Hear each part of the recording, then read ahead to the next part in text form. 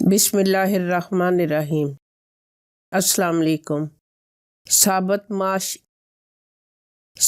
माश 1 cup या 200 ग्राम, पानी 2 litre, सुरख मिर्च पीसी हुई आधा टीस्पून, नमक 1 टीस्पून या हस्बे जायका, हल्दी आधा टीस्पून, अदरक चॉप 1 टेबलस्पून, घी 1 टेबलस्पून।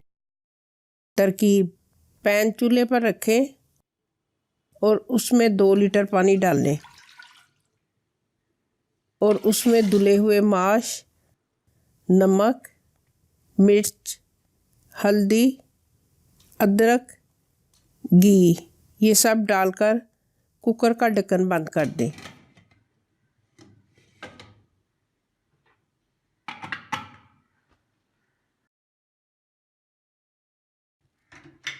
अब इसका वेट चले या सीटी बोले तो इसके आधा घंटे बाद इसके ढक्कन को खोलना है।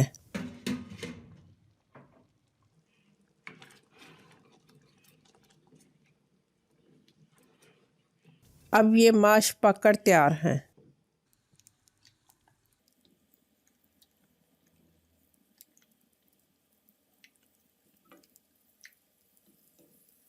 इसका तड़का: